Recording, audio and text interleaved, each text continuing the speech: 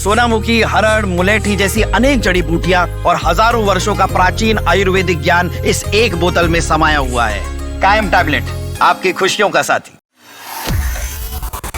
ढाका में शोक था, लेकिन सियासत उससे कहीं बड़ी। एक अंतिम संस्कार और कई कूटनीतिक संदेश। दरअसल विदेश मंत्री एस जयशंकर बांग्लादेश पहुंचे खालिदा जिया को श्रद्धांजलि देने, लेकिन मुलाकातें और दूरी दोनों ने मिलकर दक्षिण एशिया की राजनीति को हिलाकर रख दिया।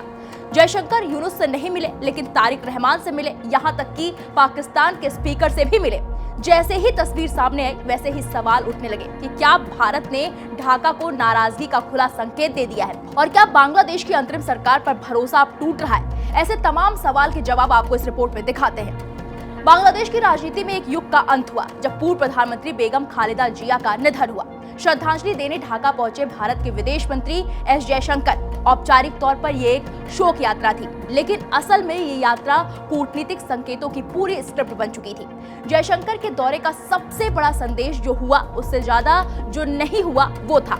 बांग्लादेश की अंतरिम सरकार के मुख्य सलाहकार प्रोफेसर मोहम्मद यूनुस से जयशंकर ने कोई मुलाकात नहीं की, जिसके बाद ये सवाल पूरी दुनिया में चर्चा का विषय बन गया कि जयशंकर यूनुस से क्यों नहीं मिले, जिसकी असल वजह यह है कि भारत की बढ़ती नाराजगी।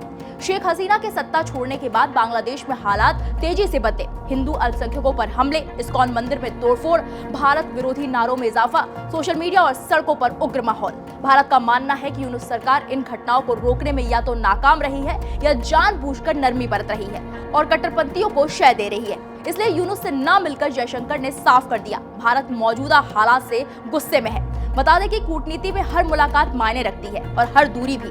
जयशंकर का संदेश बिल्कुल साफ था, भारत नैतिकता के आधार पर चुप नहीं बैठेगा। दूसरा संदेश, अल्पसंख्यकों की सुरक्षा भारत की रेड लाइन है। और तीसरा संदेश, अंतरिम सरकार को वैधता की फ्री पास नहीं मिलेगी। ये दूरी दरअसल एक चेतावनी थी, हालात सुधारिए वरना रिश्ते ठहर जाएंगे। अब आते हैं उस मुलाकात पर जिसने ढाका से दिल्ली तक राजनीतिक गलियारों में हलचल मचा दी है। जयशंकर की मुलाकात बीएनपी के कार्यवाहक अध्यक्ष तारिक रहमान से हुई। वही तारिक रहमान जिन्हें बांग्लादेश का अगला संभावित प्रधानमंत्री माना जा रहा है। जयशंकर ने उन्हें प्रधानमंत्री नरेंद्र मोदी का संवेदना पत्र सौंपा। इससे संदेश साफ था, भारत भविष्य के विकल्पों से बात कर रहा है।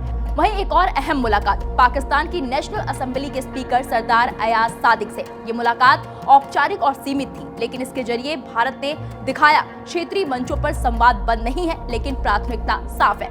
यूनुस से दूरी, लेकिन बाकी से संतुलित संपर्क। हालांकि जयशंकर ने तारिक रहमान से मुलाकात की तस्वीरें शेयर की, लेकिन अयाज सादिक से मुलाकात का कोई जिक्र भी नहीं किया। कुल मिलाकर जयशंकर का ढाका दौरा शोक से शुरू होकर रणनीति पर खत्म हुआ। ये संदेश सिर्फ बांग्लादेश के लिए नहीं, बल्कि पूरे दक्षिण एशिया के लिए था। भारत अब घटनाओं पर नहीं, व्यवहार पर रिश्ते तय करेगा।